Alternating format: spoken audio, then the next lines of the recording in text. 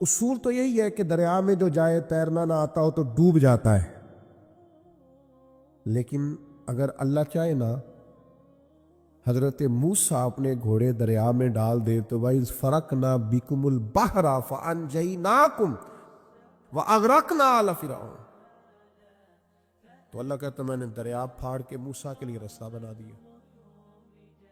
اچھا، جس دریا سے حضرت موسیٰ بچ کے نکل گئے اسی دریا میں فرعون اور فرعون والے غرق ہو گئے۔ یہ کیا ہے؟ یہ روحانی زندگی۔ ایک ہے اسباب کہ آپ پانی میں گھوڑا پھینکے کہ آپ ڈوب جائیں، ایک ہے روحانی زندگی۔ یہ میں قرآن مجید پڑھ رہا ہوں، میں نے کوئی حدیث بھی نہیں سنائی، بزرگ کا قول تو دور رہا۔ قرآن فرماتا ہے کہ ہم نے فرعون اور فرعون والوں کو اسی دریا میں غرق کیا جس دریا میں ہم نے حضرت موسیٰ کے لیے رستے بنا دیے اور دریا پھاڑ کے رستے بنا دیے۔ تو رب کریم نے ایک روحانی زندگی بھی مومن کی رکھی ہے، روحانی زندگی۔ ذرا غور کیجئے کہ بھلا میں کیا کہنے لگا، صرف 50 سیکنڈ کے لیے آپ نے سوچنا ہے۔ زندگی میں ہمیں بہت ساری ایسی چیزیں ملی ہیں جو ہماری محنت کا نتیجہ نہیں۔ ہمیں بہت سارا ایسا کچھ ملا ہے جس کے ہم قابل تھے نہیں، پر رب نے عطا کر دیا۔ نہ سمجھ لو آپ، یہ جو آپ کو ملا ہے نا، تھے نہیں قابل پر ملا ہے۔ کچھ تو محنت کی ہے، کوشش کی ہے، تو اس کے سبب سے ہو گیا۔ جو بغیر محنت کے، جد و جہد کے ملا ہے نا، یہ وہ روحانی رستہ ہے جس کے بارے میں اللہ کا قرآن کہتا ہے وَمَن يَتَّقِ اللَّهَ يَجْعَل لَّهُ مَخْرَجًا، جو اللہ سے ڈرے گا اللہ ہر مشکل سے نکلنے کے لیے اسے رستہ عطا کر دے گا۔ وَيَرْزُقْهُ مِنْ حَيْثُ لَا يَحْتَسِبُ، اور اسے وہاں سے رزق دے گا جہاں سے اس نے کبھی سوچا بھی نہیں ہوگا۔ ایک روحانی زندگی ہے انسان کی، وہ میرے ساتھ بھی ہے، آپ کے ساتھ بھی۔ کئی چیزیں ہمارے پاس ایسی ہیں کہ اگر ہماری قابلیت دیکھی جائے تو وہ ہمارے پاس ہو سکتی، یعنی سے ثبوت نہ پوچھو میں تو نظر کرم قد ہوئی، اے میں جانا یا دل بھر جانے، اے پھر غیر نہ جانے۔ کچھ چیزیں ایسی ہیں جو خالص مختصر سی میری کہانی ہے، جو بھی ہے ان کی مہربانی، وہ ہماری محنت کا نتیجہ۔ یہ روحانی زندگی ہے، روحانی زندگی کو سمجھو۔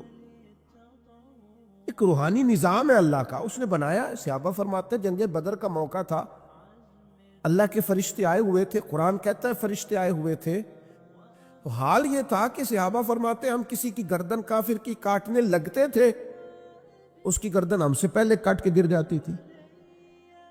یہ کیا ہے؟ یہ اللہ کا روحانی نظام ہے، اس نے بنایا ہے۔ آپ کے اور میرے ساتھ یہ نظام وابستہ ہے۔ تمہیں بتاؤں گھروں میں سب سے بہترین گھر کون سا ہوتا ہے؟ او میرے بھائیوں، وہ کتنا کو بہترین گھر ہے جسے مدینے والے رسول نے بہترین کہہ دیا ہے۔ فرمایا تمہیں بتاؤں نا گھروں میں بہترین گھر کون سا ہے؟ ہم سمجھتے ہیں ٹائلیں اچھی ہوں، کمرے ہوادار ہوں، اور کچن جو ہے وہ انواع و اقسام کے کھانوں سے بھرا ہوا ہو، سین اچھا ہو، اور جناب ہر چیز کی سہولیات گھر میں ہو، امن ہو، سکون ہو۔ نہیں، حضور فرماتے ہیں مجھ سے پوچھو نا بہترین گھر کون سا ہے؟ تو یا رسول اللہ بتائیے، سیاستہ میں حدیث ہے، کریم رسول فرمانے لگے گھروں میں بہترین گھر وہ ہے جس میں کوئی یتیم رہتا ہو اور اس کے ساتھ سلوک اچھا کیا جاتا ہو، اچھا سلوک کیا جاتا ہو، یتیم کو رکھا جائے، پھر اس کی پوری نگرانی کی جائے، اسے پورا پیار دیا جائے، اسے پوری محبت دی جائے، یتیم رہتا ہو اور اس کا خیال بھی رکھا جاتا ہو۔ اور میرے نبی کریم صلی اللہ تعالی علیہ وسلم فرمانے لگے تمہیں بتاؤں نا کہ گھروں میں بدترین گھر کون سا ہوتا ہے؟ بدترین گھر کون سا ہے؟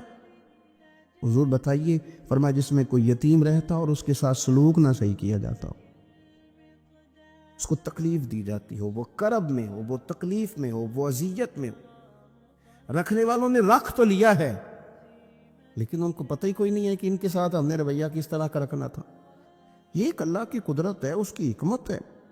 چلے جاتے ہیں بعض اوقات بڑے، میں نے جو شروع میں آیت پڑھی، اللہ فرماتے ہیں علم یجد کا یتیمن فآوا، محبوب ہم نے آپ کو یتیم پایا، پھر اپنے جوار رحمت میں وسیع جگہ دی، پھر ہم نے آپ کو غنی کر دیا، پھر ہم نے آپ کو اپنے قرب کا رستہ عطا کیا۔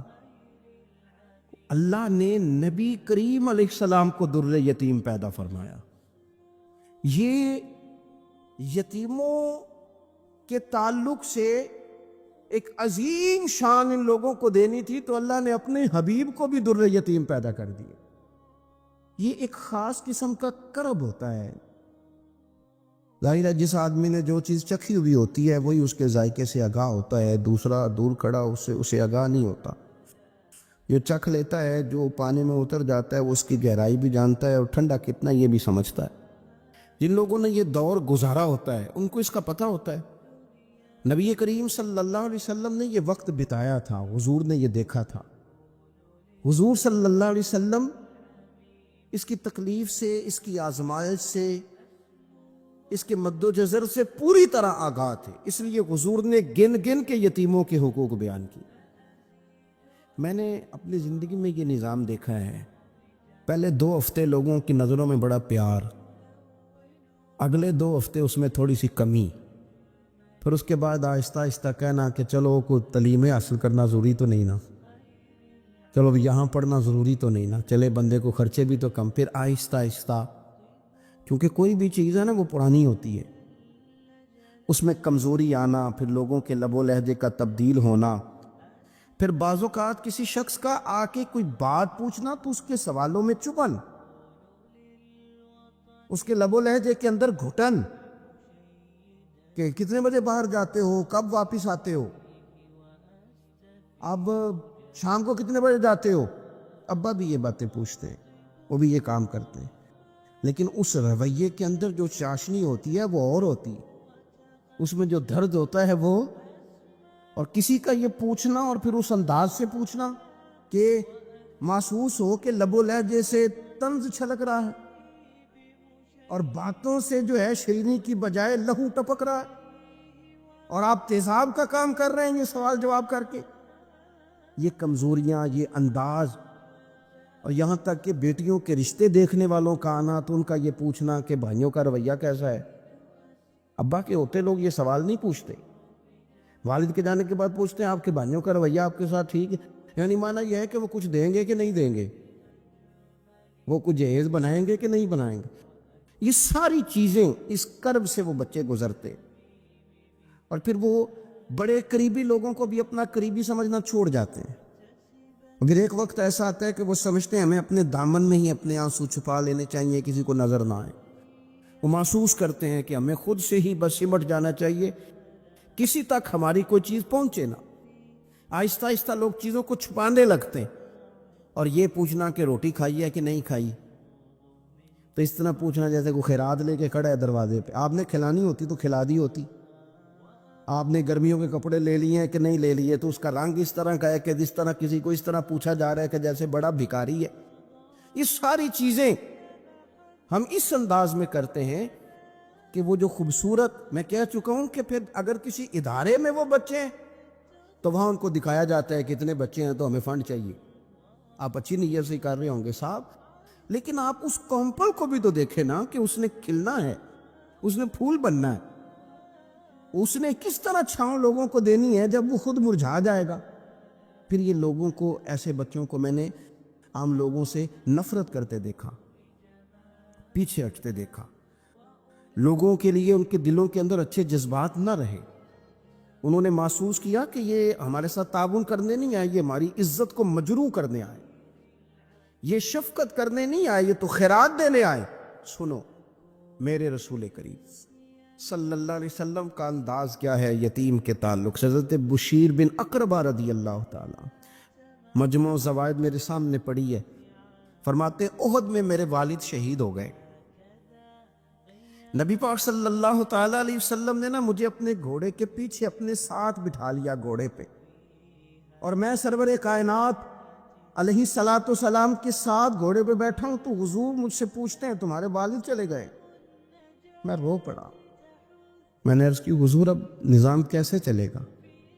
آپ یقین کریں چھاؤں کا پتہ تب بھی چلتا ہے کہ جب دھوپ آتی ہے اور اس کی قدر کا احساس ہوتا ہے، محسوس ہوتا ہے۔ جب کوئی گھر کا بڑا رخصت ہو جاتا ہے تو یوں لگتا ہے کہ ساری چھتیں کمروں کی بھی گر گئی ہیں، صحن کی بھی گر گئی ہیں۔ اب یکدم دھوپ آئی ہے، پھر اس کا احساس محسوس ہوتا ہے۔ والد کے، دادا کے، بوڑھوں کے گھر میں ہوتے ہوئے تو بڑے سارے ویسے ہی مسئلے نہیں ہوتے، بہت سارے لوگ ویسے جھجکتے ہیں، سامنے ہی نہیں آتے۔ تو حضرت بشیر بن اقربہ رضی اللہ تعالیٰ عنہ کہتے ہیں میں نے کہا حضور میرے ابا جی چلے گئے، اب میں اپنے آپ کو بڑی تکلیف میں محسوس کرتا ہوں، قربان جائیں۔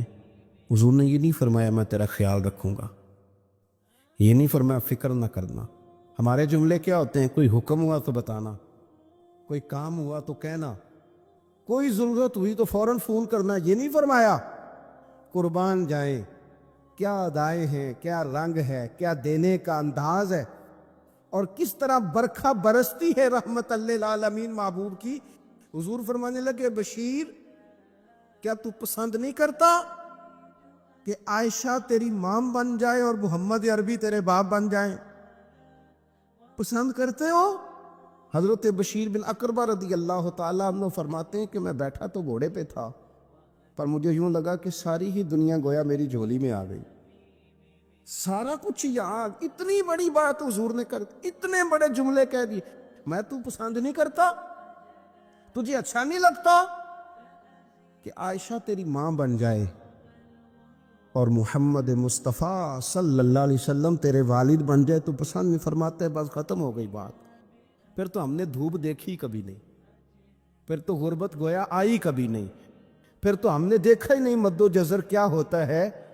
وہ تو دنیا کی بات کرتے ہیں نا، مجھے تو لگتا ہے کہ جن کے لیے یہ لفظ آ گئے نا ان کی تو قیامت کی بھی ساری مشکلیں حل ہو گئے، کہ تو آخرت کے بھی سارے معاملات طے ہو گئے۔ میرے نبی کریم صلی اللہ تعالیٰ علیہ وسلم ایک ہماری خاص توجہ، اور یہ ہمارا اپنا نفع ہے۔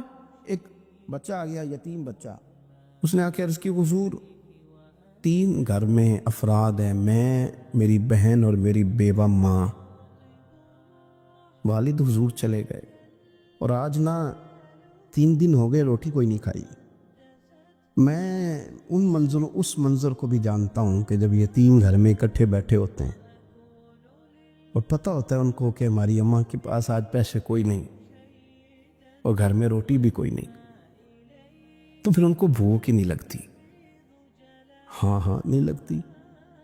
اماں پوچھتی ہے پتر روٹی کھانی ہے؟ نہیں میں تو سویرے جو کھایا تھا وہ ہضم ہی نہیں ہوا، اماں جی شاہی کوئی نہیں۔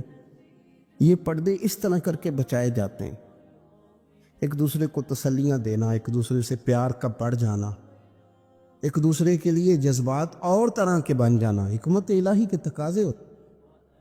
یا رسول اللہ صلی اللہ تعالیٰ علیہ وسلم بیوہ ماں ہے، یتیم بہن ہے، 3 دن سے کھایا کچھ نہیں، قربان جائیں۔ وہ گھر جہاں سے کائنات کھاتی ہے ساری۔ حضور نے فرمایا بلال جا کے ساری ازواج مطہرات سے پوچھ گھر میں کیا ہے۔ حضرت بلال کہتے ہیں میں سارے گھاری پوچھ آیا، ٹٹول آیا، ٹوٹل 21 کھجوریں نکلی۔ یہ 2 جہاں کے شاہ ہیں اور پاس کچھ رکھتے نہیں، 2 جہاں کی نعمتیں ہیں، ان کے خالی ہاتھ میں حضور کے سارے گھر کو میں ڈھونڈ 21 کھجوریں نکلی تو لا کے میں نے پیش کر دی، تو حضور نے ڈائریکٹ اس کو نہیں دی، نبی پاک نے اپنے ہاتھ پہ رکھ لی، اور کہتے پھر حضور نے نا اپنا منہ مبارک قریب کیا کھجوروں کے۔ صحابہ خود فرماتے ہیں کہ یہ جو حضور نے منہ مبارک قریب کیا نا تو نبی پاک برکت کی دعا کر رہے تھے، 21 کھجوروں پہ برکت کی دعا ہوئی۔ حضور نے اس بچے کو بلایا، تھپکی دی، فرمایا لے جا 7 تیری، 7 تیری بہن کی۔ انہیں معمولی نہ سمجھنا ہو تو حضرت بلال کہتے ہیں حضور 3 بھی دے دینا کبھی تو 30 سال ختم ہی نہیں ہوتی، 30 سال گزر جاتے ہیں، نکالتے رہو کھاتے رہو، ختم ہی نہیں ہوتی۔ حضور نے فرمایا 7 تیری، 7 تیری بہن کی، 7 تیری والدہ کی، اور 7 حضور نے اور بھی تلقین فرمائی، فرمایا ایک سویرے کھایا کرنا، ایک شام کو کھایا کرنا، یہ لے جا۔ حضرت سیدنا بلال حبشی کہتے ہیں رضی اللہ تعالیٰ عنہ کہ بچہ لے کے جب باہر نکلا تو حضرت سیدنا معاذ ابن جبل دوڑ کے گئے اور جا کے بچے کے سر پہ شفقت سے ہاتھ پھیرا، کا فکر نہ کرنا، رب کریم تجھے بہترین سرپرست عطا کرے گا، پتر پریشان نہ ہونا، اللہ تیری مدد کرے گا۔ صرف حوصلہ دیا، سر پہ دست شفقت پھیرا، بچہ چلا گیا تو حضور نے فرمایا ماں ادھر آؤ نا ذرا۔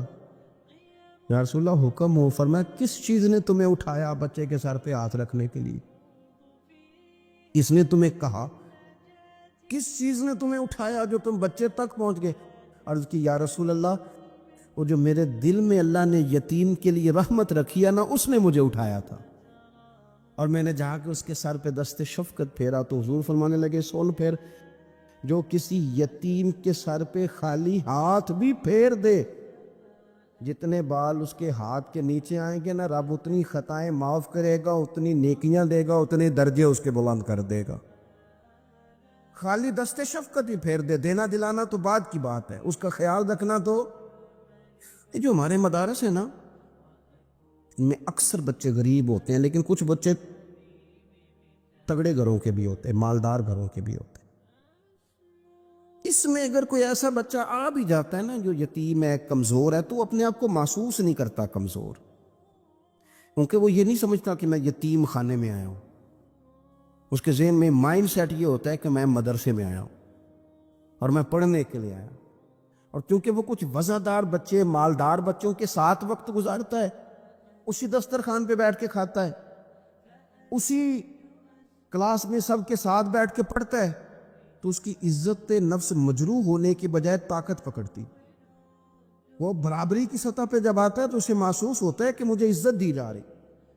اس لیے مدارس اسلامیہ میری نظر سب سے مضبوط جگہ ہیں جہاں مساکین کی، یتیموں کی، غریبوں کی صحیح معنوں میں کفالت بھی ہوتی ہے، تعلیم بھی ہوتی ہے، عزت بھی ہوتی ہے، تربیت بھی ہوتی ہے۔ میرے رسول کریم علیہ السلام بڑے انہماک کے ساتھ، بڑے توجہ کے ساتھ۔ اچھا ایک کام اور ہوتا ہے ہمارے ہاں، وہ کیا ہے؟ اگر کوئی یتیم مال چھوڑ گیا نا اس کا باپ، تو پھر تو بارے نہیں آ رہے ہیں اس کے، پھر تو اللہ خیر کرے کہ بہت سارے مل جائیں گے کفالت کرنے والے، بہت سارے ملیں گے دھیان رکھنے والے، بڑے سارے ملیں گے توجہ دینے والے۔ قرآن مجید نے فرما دیا ہے کہ جو یتیم کا مال کھاتا ہے وہ سمجھ لے کہ میں مال نہیں کھا رہا، میں آگ کھا رہا ہوں، آگ کھا رہا ہوں، آگ۔ سورہ نساء دیکھیے۔ ہمارے ہاں اگر تو مال چھوڑ گیا ہے تو پھر تو بہت سارے رشتہ دار مستقل اس کے محلے میں مکان لینے کو تیار ہو جاتے ہیں، الا ماشاءاللہ۔ پھر تو بڑے سارے ایسے بھی رشتہ دار بن جاتے ہیں جن کو والد کی موجودگی میں کبھی زیارت کا موقع بھی نہیں ملا تھا۔ یہ مال جو یتیم کا ہے اس کی تو زیادہ حفاظت کرنی تھی۔ ہم کئی دفعہ مسئلہ بتاتے ہیں، لوگ فتویٰ بازی شروع کر دیتے۔ مجھے بلایا گیا کہ ایک صاحب کا انتقال ہو گیا تو ان کا ختم شریف ہے، تو بچے ان کے نابالغ ہیں، تو میں نے کہا کہ آپ اس طرح کریں، ان کے مال میں سے زیادہ پیسے نہ صرف کریں۔ نہیں جی نہیں، بڑے پیسے کمائے ہیں جی، اس نے ساری زندگی باہر نکالی، یا تو لاکھوں کروڑوں کمائے ہیں، تو چھوٹا گوشت پکائیں گے، بکرے کا گوشت پکائیں گے اور ہم ان کا ختم شریف دلائیں گے۔ تو میں نے کہا صاحب آپ رشتہ دار ہیں، ان کے بچوں کے مال کی حفاظت کریں۔ ختم شریف تو اس میں گوشت زیادہ ہونا ضروری نہیں، اس میں تو درد سے دعا کرنا ضروری ہے، اس میں تو تلاوت قرآن پاک کے سالے ثواب میں ضروری ہے، ذکر اذکار ضروری ہے۔ اب شعیب علیہ السلام کی قوم ناب تول میں کمی کرتی تھی، تو اللہ تبارک و تعالیٰ نے ان پر بتا عذاب کس طرح کا بھیجا، شدید گرمی ہوئی۔ اللہ ہمیں محفوظ فرمائے، سارے آمین کہہ دیا۔ دیکھیں کتنا اچھا موسم کر دیا رب کریم، اللہ ہمیں محفوظ فرمائے، اللہ رحمت فرمائے۔ شدید گرمی کی لہر آئی، باہر اتنی گرمی ہوئی کہ لوگ اپنے گھروں میں گھس گئے، جس طرح سورج کی شعائیں گھروں کے اندر داخل ہو جاتی ہے، اس طرح گرمی کی لہر اندر داخل ہوئی، اور جس طرح کسی کو آگ لگ جائے تو وہ آدمی اچھلتا کودتا ہے نا، اس طرح یہ لوگ اچھلنے لگے اور اچھل کود کے مر گئے۔ جرم کیا تھا؟ ناب تول میں کمی کرتے۔ حضرت داؤد کی قوم بھی تباہ ہوئی، جرم کیا تھا؟ ہفتے والے دن مچھلیاں نہیں پکڑنی تو یہ پکڑتے تھے۔ حکم ہے نا مسلمان کو نماز کے ٹائم کوئی اور کام نہیں کرنا، نماز پڑھنی ہے۔ میرا خیال ہے مسلمان تو فٹافٹ آ جاتے ہیں، سارے پہنچ جاتے ہیں نا مسجدوں میں۔ ہلکا ہلکا بول رہے ہیں آپ، کیوں نہیں پہنچتے؟ اگر حضرت سیدنا، اور پتہ انہیں سزا کیا ملی؟ اللہ نے فرمایا اس ٹائم عبادت کرنی ہے، کام نہیں کرنا، وقت نہیں ہے کام کا۔ انہوں نے مچھلیاں پکڑی، 12,000 لوگ تھے، پتہ ہے مالک نے سزا کیا دی؟ بندر بنا دیا اللہ کریم۔ قرآن مجید کا پہلا سپارہ پڑھے، فَجَعَلْنَاهَا نَكَالًا لِمَا بَيْنَ يَدَيْهَا وَمَا خَلْفَهَا۔ اللہ فرماتے ہیں پچھلوں کے لیے بھی عبرت بنا دیا، بعد والوں کے لیے بھی عبرت، نشان عبرت بنا دی۔ بندر بن گئے، اور جو ان کے دوست جو بچ گئے تھے ان کے پیر چومتے تھے، روتے تھے۔ 3 دن بندر بن کے زندہ رہے، پھر اللہ نے سب کو اجتماعی موت دے دی۔ اگر مسلمان سے اللہ کہے کہ نماز کے ٹائم کاروبار نہیں، جمعے کے ٹائم کاروبار ہے، تو مسلمان کہتا ہے نہیں مجھے مہلت ملی ہوئی ہے۔ یہ تو اس وقت پتہ چلتا ہے نا جب بچے ڈیوٹی لگاتے، ہاں ہاں ہاں عذاب آتا ہے، اس وقت پتہ چلتا ہے۔ میں نے دیکھا یہ منظر، اس وقت پتہ چلتا ہے جب بچے کسی ملازم 6,000 کی ڈیوٹی لگاتے، کہتے ہیں ابے کا دھیان رکھنا، ہم دکان پہ بیٹھنے لگے۔ پھر اسے سمجھ آتی ہے اگر میں نماز کے ٹائم مسجد میں ہوتا تو آج میری اولاد میری خدمت میں ہوتی۔ میں نماز کے ٹائم مسجد نہیں گیا تو بچوں نے 6,000 کا ملازم بٹھایا ہے، ابا جی کا خیال رکھ، ایک نرس بلائی ہے تو خیال رکھ۔ کدھر ہوتے ہیں مسلمان نماز کے ٹائم؟ ایک عیسائی نے اعتراض کیا ہے، سنے، وہ کہتا ہے مجھے لگتا ہے مسلمانوں کے 3 خدا ہیں۔ مسلمان اڑ گیا، کہنے لگا نہیں ہمارا تو ایک ہے، کہا نہیں 3 ہے، معاذ اللہ استغفر اللہ، ہمارا ایک ہے۔ کہنے لگا نہیں میں ثابت کرتا ہوں، ایک تمہارا خدا 5 نمازوں کا ہے، ایک رمضان کا ہے، ایک عید کا ہے۔ لگتا ہے معاذ اللہ عید والا زیادہ تگڑا ہے، تم زیادہ آتے ہو، رمضان والا لگتا ہے اس سے کچھ کمزور ہے، تم تھوڑے آتے ہو، اور 5 نمازوں والا شاید سب سے کمزور ہے۔ بات عقل کی ہے کہ نہیں؟ اس نے اعتراض ٹھیک کیا، تو مسلمان کو چاہیے نا خیال کرے۔ ایک یہودی نے لکھا تھا، اس نے کہا تھا جس دن مسلمانوں کی تعداد فجر کی نماز میں اتنی ہو گئی جس دن جتنی جمعے میں ہوتی ہے، اس دن نہ کوئی یہودی سازش کرے گا، نہ کوئی عیسائی تلوار نکالے گا۔ شرط یہ ہے کہ یہ اسی طرح فجر پڑھنے ہیں جس طرح جمعہ پڑھنے آتے ہیں، تو پھر کوئی شخص بھی ان کو کسی جگہ شکست دے سکتا تو ہمارے گناہ ہمیں پریشان کرتے۔ یہ جتنی آزمائشیں ہیں ان کے پس منظر میں گناہ ہیں۔ ہماری زندگی کے اندر جتنی تکلیفیں، ہماری پریشانیوں کا سبب ہم کون ہیں۔ بہت ساری جگہوں پہ ہم غلطی کرتے اس کی ہمیں سزا ملتی، غلطی کی سزا۔ ایک نوجوان نے مجھے بڑی گہری بات سنائی، میرا قریبی تعلق تھا، کہنے لگا گھر میں بڑا مسئلہ ہے، بڑی پریشانی ہے، ماں اور بیوی کا ماحول اتنا سخت ہو گیا ہے کہ نمٹ نہیں سکتا۔ آپ یقین کریں میں نے ڈیٹیل سے ساری چیز کو سٹڈی کیا، میرے پاس اتنا وقت نہیں ہوتا، پھر بھی میں نے اس فیملی کو پورا پڑھا، تو غلطی نوجوان کی نکلی، نہ اس پہ اماں اعتبار کرتی ہے نہ بیوی اعتبار کرتی۔ اس نے جھوٹ بول بول کے اس طرح کی ماحول پیدا کر دیا ہے کہ کوئی اس پر اعتماد کرنے کو تیار ہے۔ اگر آپ ناراض نہ ہو تو ایک بات کروں، پتہ ہے گھر میں ماحول کب خراب ہوتا ہے؟ باہر والے ہماری تقریر سنتے ہیں، گھر والے ہمارا عمل دیکھتے ہیں۔ جب وہ دیکھتے ہیں نا کہ یہ کس طرح کا شخص ہے، اس کے رویے، اس کا کردار، اس کا لب و لہجہ کتنا برا ہے، اور یہ کردار کا کتنا کمزور ہے۔ اعلیٰ حضرت فرمایا کرتے تھے نیک وہ ہوتا ہے جس کی تنہائی صاف ستھری ہوتی، اس لیے ماحول بگڑ جاتا ہے۔ یہ جو ہم کہتے ہیں نا میرے سجن بڑے بنتے ہیں پھر ٹوٹ جاتے ہیں، کچھ لوگ ایسے ہوتے ہیں جو ان کے پاس جاتا ہے انہی کا ہو جاتا ہے، وہ کہیں اور کے قابل کیوں بھلا؟ اس لیے کہ ان کے کردار میں ٹھنڈک دیکھتا ہے، ان کے لب و لہجے میں مٹھاس دیکھتا ہے، اس شخص میں اتنی خوبصورتی دیکھتا ہے کہ اسی کا بن جاتا ہے۔ حضرت ابراہیم بن ادم کے پاس ایک نوجوان آیا، کہنے لگا میں گناہ کرنا چاہتا ہوں، فرمانے لگے بالکل کر، اللہ کا دیا ہوا رزق کھانا چھوڑ دے اور گناہ کر۔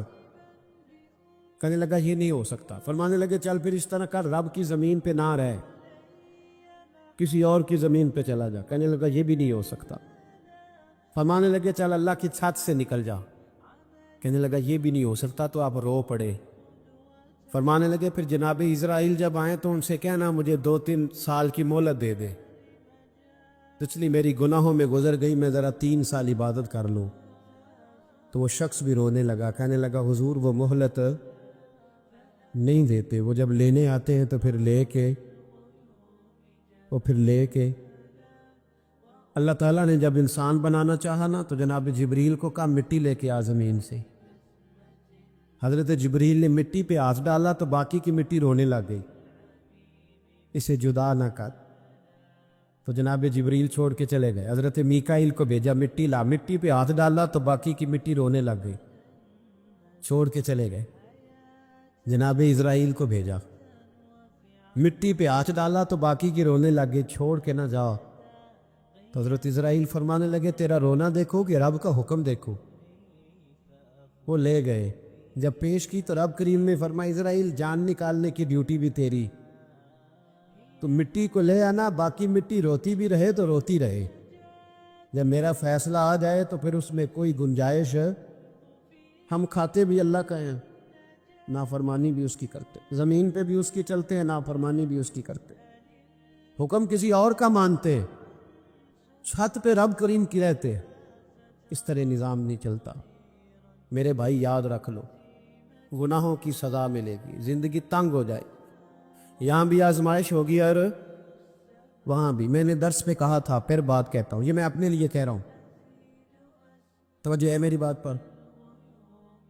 دعا فرمایا کرے کہ جو کچھ ہم نظر آتے ہیں اللہ ہمیں ویسا بننے کی توفیق بھی عطا فرما۔ اللہ ویسا بننے کی یہ مشکل معاملہ ہے، مشکل۔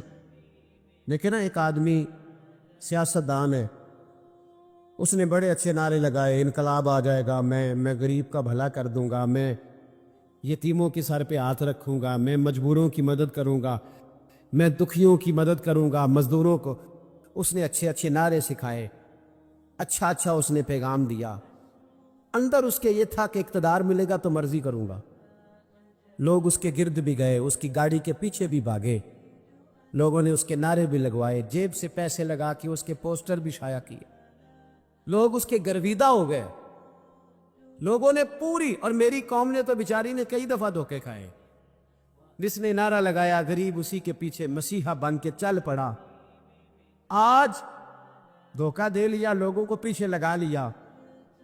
یہ بتاؤ اگر راز کھل جائے، اگر راز کھل جائے کہ یہ دھوکہ دے رہا ہے، یہ فریب کر رہا ہے، تو لوگ اس کا کیا حال کریں گے؟ یہ راز قیامت میں کھل جائے گا، قیامت میں یہ راز یہ کھل جائے گا، کھل جائے گا، یہ دھوکے باز تھا۔ اذا زلزلت الارض زلزالہا، جب زلزلہ آئے گا جیسے اس کا آنا ٹھہرا، واخرجت الارض اثقالہا، زمین اپنے بوجھ باہر نکال دی۔ اس سے مراد کیا ہے کہ زمین پہ جو جرم ہوئے زمین بتا دے گی، باہر نکل آئے۔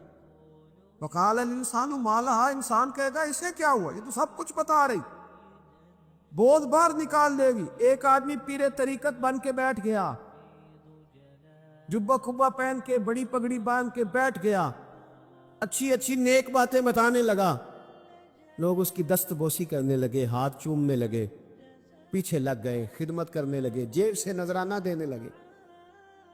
اس کے نام پر لوگ اپنی جیب سے لنگر پکانے لگے، خانقاہ کی خدمت ہونے لگی، مہمان اس کے آتے، نوکری کوئی اور کرتا۔ میں نے کہا تھا شاید اپنے لیے کہہ رہا ہوں، ڈیوٹیاں لوگ کرنے لگے، حالات بدلنے لگے، لیکن اس کے اندر تو چور تھا، وہ تو دکاندار تھا، تو یہاں جو اس کے پیچھے لگے تھے وہ تو سچے تھے، انہیں تو اجر ملے گا، لیکن اس کا جب راز کھلے گا تو بڑی رسوائی ہو، اس کا جب راز کھلے گا تو بڑی، ایک میری طرح کا دیندار تھا، جو چہرے کا تو نیک تھا، اندر پتہ نہیں کیا کچھ تھا، ایک طوائف گزر رہی تھی، اس نے اس کو تبلیغ کر دی، کہنے لگا بس کر دے، سیانی بن جا۔ تو کسی دانشور میں لکھا ہے اس نے بڑا سخت جواب دیا، اس عورت نے کہنے لگی بابا میں تو جو ہوں وہ نظر بھی آ رہی ہے، تو بتا جو تو نظر آتا ہے وہ تو ہے کہ نہیں؟ اس بندے نے چیخ ماری اور بے ہوش ہو کے گر پڑا. لوگوں نے کہا بابا آج کسی صوفی کا کلام سنا ہے؟ جو بے ہوش ہو گیا تو اس نے کہا نہیں، آج طوائف کی بات سنی ہے، طوائف کی. اور وہ عجیب بات کر گئی ہے. وہ کہہ گئی ہے میں تو جو ہوں میں نظر آ رہی ہوں، تو بھی تو بتانا، تو بتانا کہ تو دستار امامت پہنتا ہے، تو بتا تو جو کہلاتا ہے تو وہ ہے کہ نہیں. یہ وقال الانسان ما لہا، یہ راز قیامت میں کھلے گا. ہم جو کچھ بتا رہے ہیں نا اپنی زبانوں سے، ہمیں اپنے گناہوں کا احساس ہونا چاہیے. ایسا نہ ہو کہ جب سزا ملے تو پھر اس طرح کی ملے کہ دوبارہ کسی کو کوئی منہ دکھانے کے قابل نہ رہے. میرے بھائی یاد رکھیں اور سمجھیں، گناہ انسان کی زندگی کو تنگ کرتے ہیں. میرے نبی پاک علیہ الصلوۃ والسلام نے فرمایا جب تو جھوٹ بولتا ہے تو تیرے فرشتے کرامن کاتبین سائیڈ پہ ہو کے کھڑے ہو جاتے ہیں. جب تو زنا کرتا ہے تو تیرے اندر سے ایمان نکل جاتا ہے. اور نبی پاک علیہ الصلوۃ والسلام نے فرمایا جب میری قوم میں ناانصافی عام ہو جائے گی تو قتل بھی عام ہو جائے گا. اور سن لو لکھ لینا یہ حدیث دل کی تختی پر. نبی پاک علیہ السلام نے فرمایا جب میری قوم میں بے حیائی اور بدکاری عام ہو جائے گی تو 2 سزائیں اللہ دے گا. ایک تو جوان موتیں آئیں گی، جوان بچے کچھ بھی نہیں دیکھا چلے گئے. اور دوسری سزا اللہ یہ دے گا کہ ایسی بیماری آئیں گی جن کا علاج نہیں ملے گا، ایسے امراض ٹوٹ پڑے. اگرچہ میں آپ کو ایسی تقریر بھی سنا سکتا تھا جس پہ آپ بہت زیادہ محظوظ ہوتے، پر میں نے اس جمعے میں ایسا موضوع چنا ہے جس کا ہمیں خاص ضرورت ہے. بھائی دیکھیں تو صحیح، کہیں ایسا تو نہیں کہ ہم ان عیبوں میں مبتلا ہیں. میرے نبی کریم علیہ السلام نے فرمایا جب تم نیکی کا حکم دینا اور برائی سے منع کرنا چھوڑ دو گے پھر اللہ تم پر ظالم حکمران مسلط کرے. اور اگلے لفظ اس سے بھی زیادہ سخت ہیں. محبوب فرمانے لگے پھر تمہاری نیک لوگ دعائیں بھی کریں گے تو اللہ وقتی طور پر ان کی دعاؤں کو بھی قبول نہیں فرمائے گا. اس لیے کہ تم لوگوں نے نیکی کا حکم دینا اور بھلائی سے روکنا چھوڑ دیا. عزیزو یاد رکھو جب گناہ عام ہوتے تو پھر حالات بدلتے اور لوگوں کو سزا ملتی ہے ان کے گناہوں کی. بلکہ یہاں تک لکھا ہے کہ نیت خراب ہو تو سزا شروع ہو جاتی. کیا خراب ہو؟ بولیے گا. نیت بھی خراب ہو تو سزا. حضرت رومی کہتے ہیں کہ ایک بادشاہ کو پتہ چل گیا کہ ایک آدمی نے بڑا اچھا باغ لگایا ہے، خوبصورت باغ ہے، مالٹے کا، کنوں کا باغ، بڑا پیارا. بادشاہ نے کہا ذرا جا کے دیکھتا ہوں. بادشاہ سلامت بال دیکھنے آئے تو اب وہ مزدور آدمی تھا، عام آدمی تھا جس نے باغ لگایا، کسان تھا. اس کو کہا کہ چند کنوں توڑ کے لایا تو بڑے پیارے لگے. ایک دو اور لایا، کھائے، بڑے میٹھے، بڑے پیارے، بڑے توانا، بڑا مزہ آیا. تو بادشاہ کے دل میں خیال آیا کہ اس پہ قبضہ نہ کر لوں باغ پہ. ہمارے یہاں نا کرائے پہ دکان دیتا نا مالک، وہ جب کسی غریب کی چل جاتی ہے کہتا تو خالی کر، میں نے خود ڈال لی ہے. چل گئی نا اس کی. حالانکہ رزق اپنے اپنے نصیب کا ہے، رزق اپنے اپنے نصیب کا ہے، جس کو اللہ تعالیٰ چاہتا ہے عطا کرتا ہے. تو اس کو کہا کہ اور توڑ کے لا، اور دل میں خیال ہے کہ یار اتنا اچھا باغ ہے قبضہ کر لیتے ہیں. ہماری حکومتیں قبضہ کر لیتی ہے کہ جو چیز اچھی لگ جائے. اب وہ کسان 2-3 کنوں توڑ کے لایا، اس نے کھائے تو کھٹے نکلے، ترش تھے. کہنے لگا تجھے کیا ہو گیا ہے؟ تو بندہ بڑا صاحب دل تھا، کہنے لگا میں تو ٹھیک ہوں، آپ اپنی نیت سے پوچھیں کہیں خراب تو نہیں ہو گئی. تو کنوں میں بھی اس کا اثر آ گیا ہے. اپنی نیتیں بگڑ جائیں نا، نیتیں. اب ایک بات کہنے لگا ہوں، غور سے سننا. جب تک 2 بھائی اکٹھے کاروبار کرتے ہیں نیت ہوتی ہے کہ ہمارا گھر چلے گا، تب تک اللہ برکت دیتا ہے. اور جب اپنی اپنی جیبیں سمیٹنے لگ جاتے ہیں نا کہ یہ میرا 5,000 ہے، آج میں گیا تھا اگرائی کرنے، یہ میرا 10,000 ہے، آج میں نے محنت زیادہ کی. جب وہ ٹٹولنے لگتے ہیں پھر اس دکان سے بھی برکت اٹھ جاتی ہے، پھر وہاں سے بھی برکت ہے چلی جاتی ہے۔ فَإِنَّ لَهُ مَعِيشَةً دَنْكَ، فرمایا جب تو منہ پھیر لیتا ہے پھر تیری زندگی اللہ تنگ کر دے، پھر وہاں سے بھی برکت، خوبصورتی، اثر اٹھ جاتا ہے۔ ایک سنار نے گلی میں ایک یتیم چھوٹے سے بچے کو گھومتے دیکھا تو سنار بے اولاد تھا، بچے کو اٹھا کے گھر لے آیا، 18 سال اس بچے کی پرورش کی، اس کو پالا پوسا، جوان کیا۔ سنار کے پاس وہ دکان پہ چلا جاتا، وہ کئی دفعہ دکان پہ رہتا، کئی دفعہ گھر میں رہتا۔ ایک دفعہ وہ دکان پہ تھا، بچہ گھر تھا، 18 سال کا جوان، اس کی بیوی اکیلی تھی۔ وہ جس نے ماں بن کے پالا تھا اس نے اسی پہ حملہ کر دیا، اس کا بازو بری نیت سے تھاما، بیوی چیخی۔ تھوڑی دیر گزری تو وہ نوجوان پیروں میں بیٹھ گیا، کہنے لگا اماں پتہ نہیں مجھے کیا ہوا۔ شام کو سنار آیا، بیوی چیخنے لگی، چلانے لگی، کہنے لگی آج عجیب بات ہوئی، جس کو میں نے جگر کا خون دے دے کے پالا اسی نے گندی نظر ڈالی۔ سنار محو حیرت ہے، بیوی کا خیال تھا کہ لٹھ اٹھائے گا، ڈنڈا اٹھائے گا، نوجوان کو مارے گا، لیکن وہ رونے لگ گیا۔ اس نے کہا آج اس نے میرا بابو تھاما ہے، جانے کیا کیا ہے۔ پریشان ہونے لگ گیا، سجدے میں گر گیا، کہا تو بتاتا کیوں نہیں؟ تو وہ سنار کہنے لگا اس کی غلطی نہیں، 18 سال کے بعد آج مجھ پر بھی شیطان سوار ہوا تھا۔ ایک عورت آئی تھی، وہ اپنے بازوؤں میں چوڑیاں پہننا چاہتی تھی تو میں نے بھی گندی نظر سے ہاتھ ڈالا تھا، رب کریم نے مجھے فوراً اس کی سزا دی۔ بنی اسرائیل کے جو جرم تھے نا، ان میں ایک جرم قرآن مجید نے ان کا یہ بیان کیا ہے کہ بہت سوال کرتے تھے، بہت بحث کرتے تھے۔ ان کی جن چیزوں کو عبرت بنانے کا اور سبق لینے کا ہمیں کہا گیا ہے ان میں یہ ہے کہ کثرت اور بے معنی سوال۔ ایک بندہ قتل ہو گیا ہے، حضرت کلیم کی بارگاہ میں وہ آئے ہیں، حضرت کلیم علی نبینا علیہ الصلاۃ والسلام نے ان سے فرمایا ہے ایک گائے ذبح کرو، مرنے والے کو اس کا کچھ حصہ مارو، مرنے والا اٹھ کے بتا دے گا مجھے کس نے قتل کیا۔ اب انہوں نے پوچھا جی گائے کا رنگ کیسا ہونا چاہیے، عمر کتنی ہونی چاہیے، بوڑھی ہو جوان ہو، اتنے سوال، بے معنی سوال، بے مقصد سوال، بحثیں ہی بحثیں اور الجھاؤ ہی الجھاؤ۔ اور زندگی کے اندر یعنی زمانہ بیت گیا یہ پوچھتے ہوئے کہ جناب عیسیٰ علیہ السلام کی نانی کا نام کیا ہے، حضرت موسیٰ کی والدہ کا نام کیا ہے، یہاں تک کہ ایک صاحب یہ پوچھنے آ گئے کہ بتایا جا سکتا ہے کہ معراج کی رات جو براق گیا تھا اس کا رنگ کیا ہے۔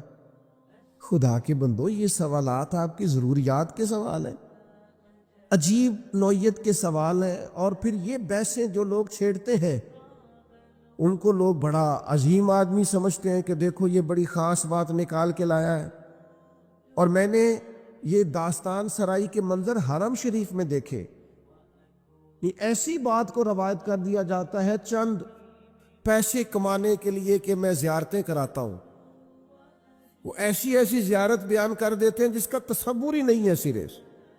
مجھے ایک صاحب زیارت کرانے کے لیے لے گئے تو کہنے لگے وہ جو نبی کریم علیہ السلام نے ایک مقام پہ فرمایا تھا نا کہ یہ بکری کا بچہ جو مرا ہوا ہے تم بتا سکتے ہو کہ اس کے مالکوں کی نظر میں اس کی کیا قیمت ہے؟ تو صحابہ نے کہا کوئی قیمت ہوتی تو یہاں پھینک دیتے، کوئی قیمت نہیں۔ کہنے لگے وہ جو حدیث اور وہ جو واقعہ ہوا تھا جہاں سرکار نے یہ بیان کیا تھا وہ یہ جگہ تھی، اس کی زیارت کر لیں۔ تو میں نے ان سے پوچھا آپ کو کیسے پتہ یہ جگہ تھی؟ میری بات کی سمجھ آ رہی ہے؟ کیسے پتہ ہے آپ کو؟ کتاب میں بخاری میں حدیث موجود ہے لیکن وہاں تو کوئی تعین نہیں ہے کہ وہ خاص، یہ بعض اوقات یہ ہوتا ہے کہ سرکار فلاں محلے سے گزر رہے تھے، لیکن بھائی نہیں آپ نے تعین کر دیا اور تبدیلی یہ وقت کے ساتھ جگہ بدل گئیں، حالات بدل گئے، کہیں خالی زمین پر مکانات آپ نے تعین کیوں کر کے کیا؟ کس وجہ سے کیا؟ ایک نئی بات جڑنے کے لیے؟ اسلام دنیا میں صرف بحث کرنے کے لیے آیا ہے؟ آپ روز ایک نئی بحث کریں گے، روز ایک نئی کہانی بنائیں گے، روز ایک آپ عنوان بنائیں گے جس پر مجادلہ ہو، مکالمہ ہو، مناظرہ ہو۔ دین کے اخلاقی پہلو اور جو عمل کے لیے دین دنیا میں آیا تھا اس پر عمل کب کرنا؟ فضول قسم کی ابحاث میں وقت ضائع ہوتا ہے، اور ہم بڑے مزہ لے لے کے، لطف لے لے کے ان چیزوں کو سنتے ہیں، غور کرتے ہیں۔ عزیز بھائی سنو اللہ کے حبیب نے کیا فرمایا۔ حضور فرمانے لگے خوبصورت مسلمان وہ ہے جو بے مقصد باتوں کو چھوڑ دے، لا یعنی اور بے مقصد چیزوں کو چھوڑ دے، با مقصد معنی خیز جو اس کی ضرورت کا کام ہے وہ ضرورت کی حد تک اپنے آپ کو وقف رکھے۔ اور پھر دوسرا، ہم ایک اور کام کے اندر بہت زیادہ شوق رکھتے ہیں، میری ذمہ داری جو ہے میں وہ کام ٹھیک نہیں کرتا لیکن مجھے دوسرے کے کام میں مداخلت کرنے کا بڑا شوق ہے، بجائے اس کے کہ میں اپنا خیال رکھوں کہ جو اللہ تعالیٰ نے میرے اوپر ذمہ داری ڈالی ہے وہ میں کس طرح سے سر انجام دے رہا ہوں، میں دوسروں کا خیال رکھتا ہوں۔ ہمارے استاد صاحب مختلف اساتذہ کی میٹنگ کرتے تو ایک جملہ ان کا مجھے بڑا یاد رہ گیا، وہ کہنے لگے مہربانی کیجیے گا اپنی اپنی کلاس کا خیال رکھیے گا، دوسروں کی کلاسوں کا خیال وہ ان کی ذمہ داری ہے، ان کی ثواب دید ہے جو استاد اس کلاس کو پڑھاتے ہیں۔ اپنی ذمہ داری، اپنی ڈیوٹی۔ میں آپ سے عرض کرتا ہوں اگر ہمارے ہاں مزاج مداخلت کا نہ ہوتا، ہمارے ہاں اپنی ڈیوٹیاں اپنے حساب میں اپنے دائرہ کار میں رہ کے کرنے کا مزاج ہوتا، بہت سارے کام صحیح ہو رہے ہوتے، لیکن جہاں ہر شخص کو اجازت ہے وہ ہر کام کرتا ہے۔ آپ بیمار ہو جائیں، لوگ تیمارداری کرنے آئیں گے، جتنے لوگ پتہ لینے آئیں گے سارے ایک ایک نسخہ بھی بتا کے جائیں گے، یہ کھا لیں اس سے مجھے فائدہ ہوا تھا۔ حالانکہ آپ کسی اسپیشلسٹ ڈاکٹر کے پاس جاتے ہیں، آپ کہتے ہیں میں بیمار ہوں،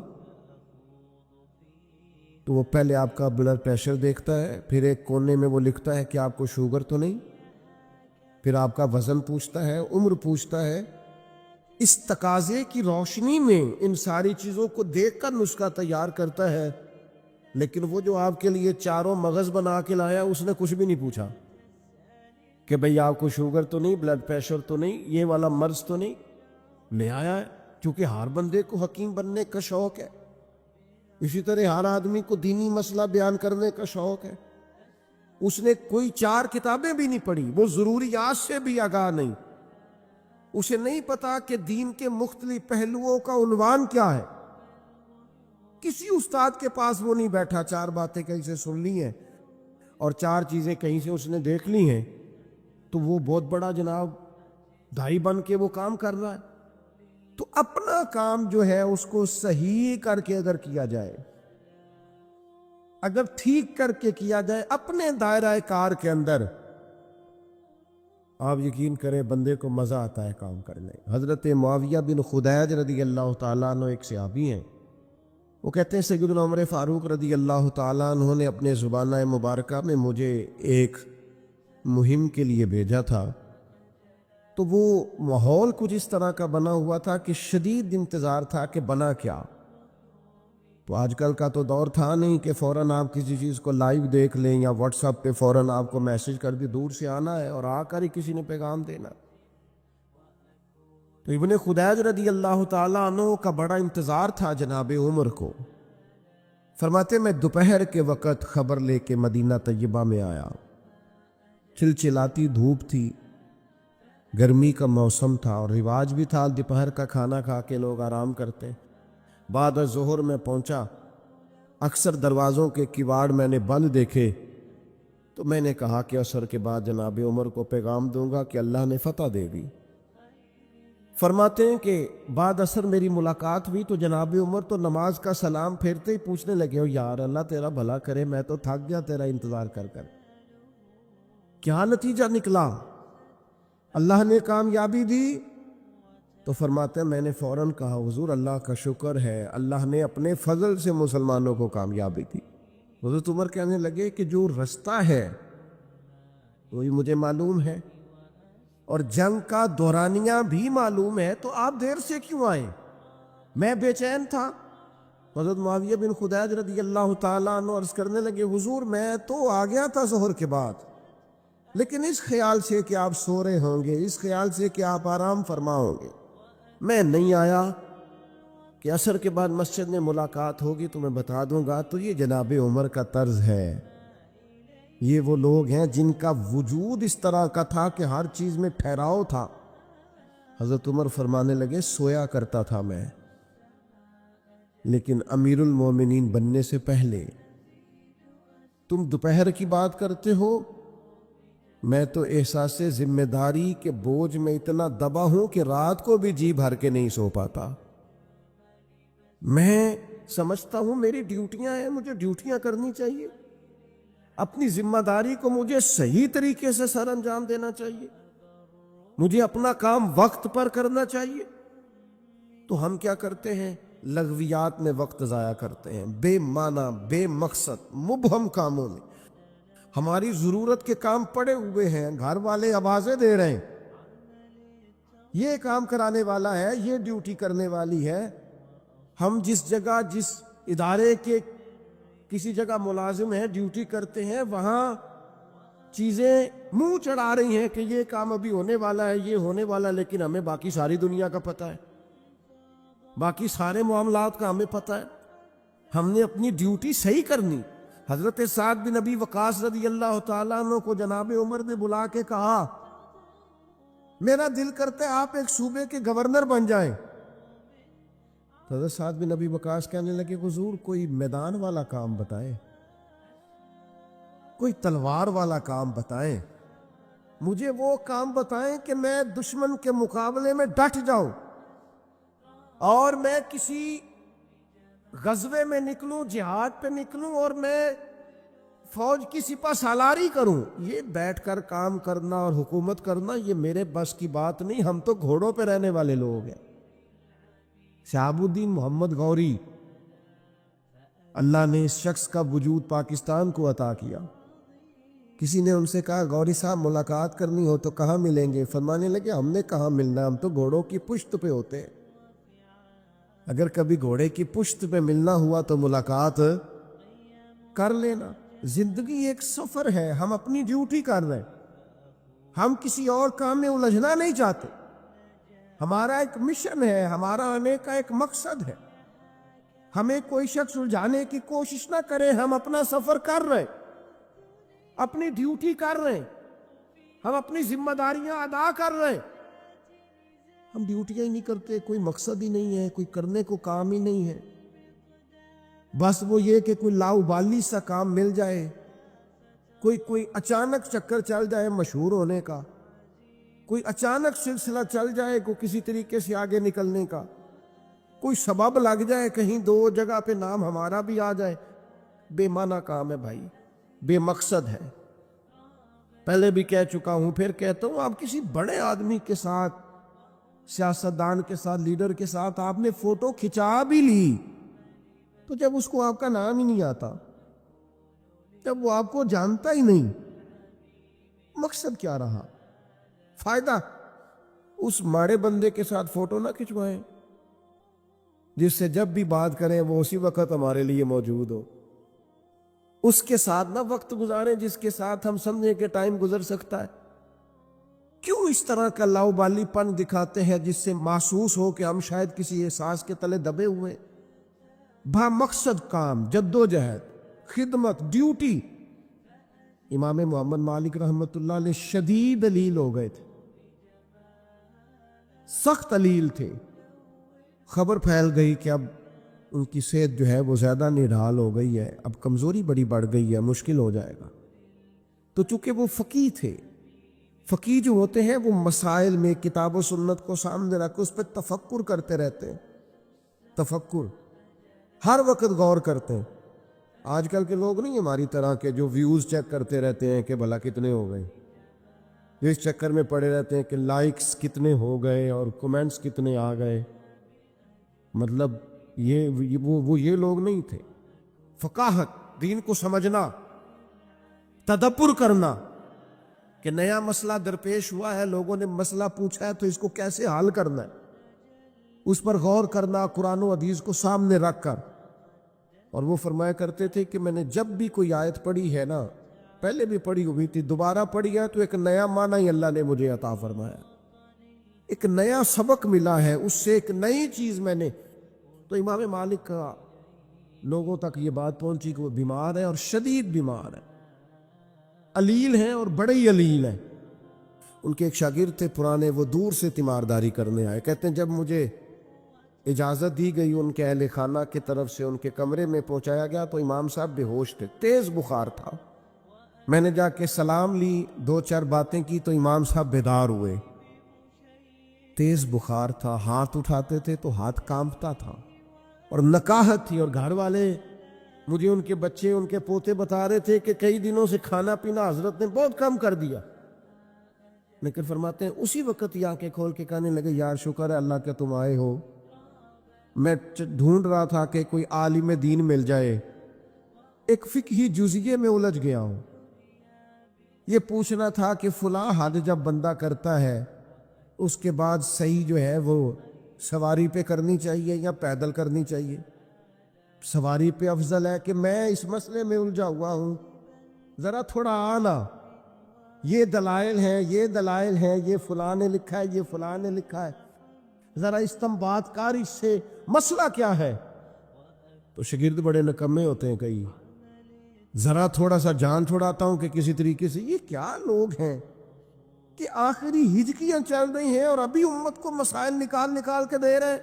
فرماتے ہیں میں دلیلیں دینے لگا تو امام صاحب میری دلیلیں توڑنے لگے، کہنے لگے نہیں تیری بات تو ٹھیک ہے پر فلاں جگہ یہ بھی تو لکھا ہے نا. میں نے پھر دلیل دی کہ وہ تو ٹھیک ہے پر فرما امام کا اس پر یہ قول بھی تو موجود ہے. فرماتے ہیں کتنی دیر علمی گفتگو ہوتی رہی، پھر وہ تھک گئے اور لیٹ گئے. تو میں نے کہا آپ آرام کریں، مجھے اجازت دیں. کہتے ہیں ابھی میں ان کی گلی کے کونے پہ آیا تھا کہ ان کے بیٹے کے رونے کی آواز آئی اور میں دوڑ کر پلٹ کر آیا تو اس نے کہا قربان جاؤں اس شخص پر جس کی ساری زندگی قرآن و حدیث میں غور کرتے گزر گئی. یہ دیکھو آخری ہجکی بھی لی ہے تو رسول اللہ کا دین سمجھتے ہوئے لی. آپ گئے ہیں تو امام صاحب کا لے سجنا سا توڑ نبھائی، ایسی جان بھی دتی کہ رات تیرے آخری دم تک دین پر غور، کتاب و سنت سے رشتہ. مشن والے لوگوں نے کام کیا.